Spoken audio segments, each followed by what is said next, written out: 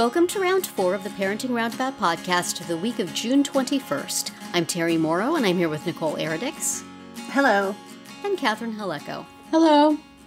As moms of teens and young adults, we've survived those little kid days, yet we're still rethinking the decisions we've made all through our kids' lives and worrying about what's going on right now. Today's Thursday, which means it's time to give in to our obsessing. And today, we're obsessing about meeting the parents. Catherine, what's going on with this? So, my daughter has this boyfriend that she's been seeing for like a year. And they are together all the time. You know, now that she's home, she's been home from school for a couple of months. And so she sees him like every single day. And most of the time that's either at our house or at his house. Right. So we know him well, and she knows his parents and his family well, but we parents have never met each other.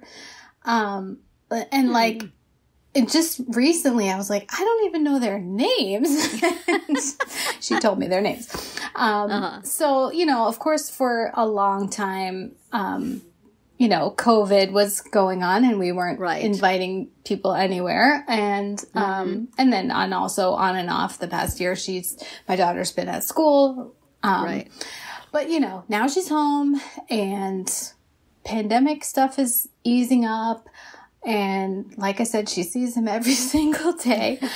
So I'm starting to feel a little awkward that we haven't met, and it's been so long, and what should we do, and like what's the protocol? Am I supposed to invite them over?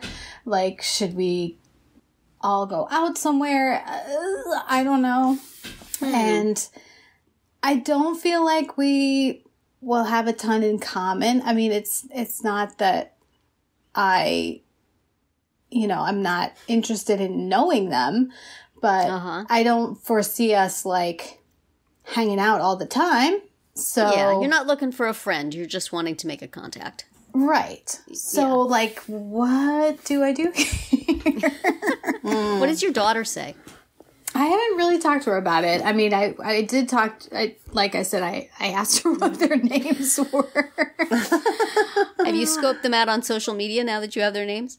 No, I haven't. I should look for the mom at least. I mean, and we do have one mutual friend, at least one, the mom and I, like, you know, somebody who's a reasonably good friend of mine. Right. So maybe I should talk to her. I don't know. She should invite you both over. Yeah. And you could just casually, without having to do anything. Right. Because I just it's starting to feel awkward because it's been this long, but also there were so many reasons why it didn't happen until now. Right.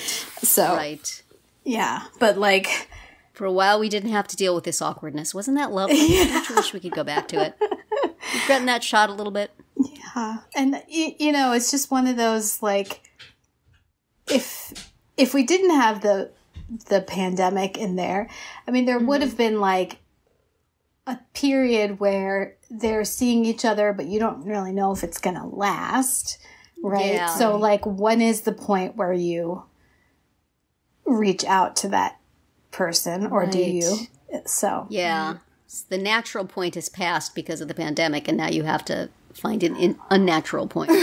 An unnatural point, exactly. But act perfectly natural about it. Right. Maybe. And also, let's just factor in that my husband is basically a hermit and, you know, does not like to socialize even with people he does know and like. Yes. So, yeah. I am becoming more and more like him. I think that COVID taught me that I really do not need a social life. I have been forcing myself, but I'm perfectly fine without one. My house is very comfortable.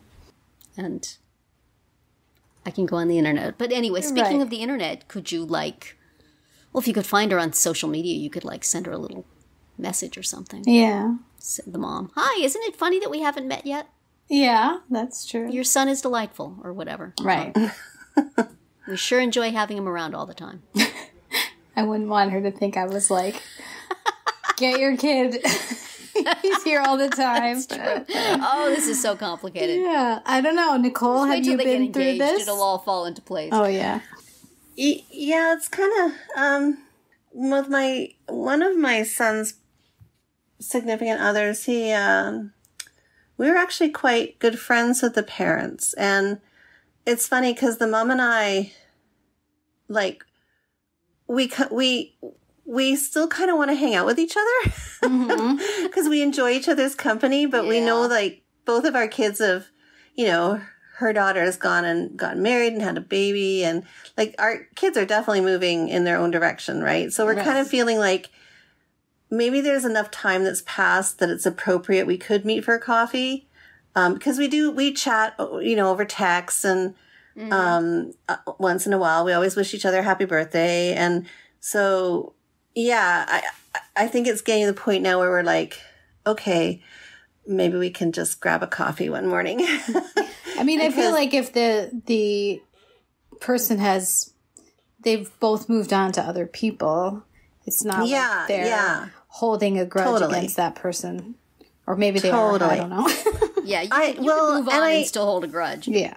Her family was very kind at Josh, and they treated him exceptionally well.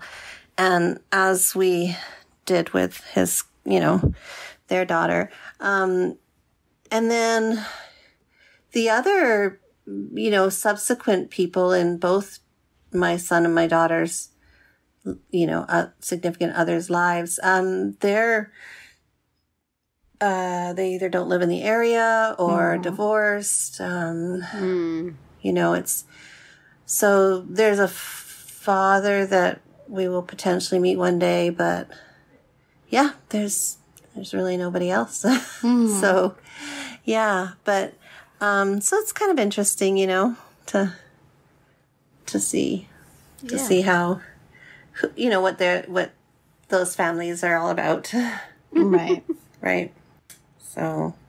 Yeah, I should talk to my daughter and see what she thinks of it. So, I mean, right now that family is busy because the older brother's getting married. So, that's another reason not to bother them right now. Yeah. They are not available, but they will be soon. Yeah. Yeah. And also, like, if we were to invite them over, do we invite all the kids? Because they have 6. Oh. Well, mine is, if you subtract the one who's getting married, then only 5. When we first met my son's girlfriend's parents, the one that we quite enjoyed, they just invited us over for a really casual barbecue one evening. Mm-hmm. We just sat in the back, the 4 of us, and then the 2 kids, and just had a casual barbecue, and that was it. Right. Mm-hmm. Yeah, that's a good way to do it. Yeah. So you're saying we should do it in the summer while we have the chance. Yeah, and then, like, you don't have to go through that whole awkwardness of, like, coming in the house, and I don't know, it's just... You don't actually want them in your house. So. No, we're not there yet. They're talking baby steps here. Drive by slowly, we'll wave. Yeah. Let's start small. Yeah. Well, COVID way of meeting. Yeah. But, yeah, I mean, the kid, I feel like I've known forever. I mean, like I said, he's here all the time. So. Yeah. And maybe talk to them about it. And he's very sweet. I like him. So. Well, could you say to him, like, hey, I'm starting to feel weird that I haven't met your parents. There would be a good reason. I mean, think we could get together for a barbecue someday, or give your mom my phone number or something like that. Low key. And then if he goes, no, that's a bad idea, we don't want to do that, then you start to be suspicious.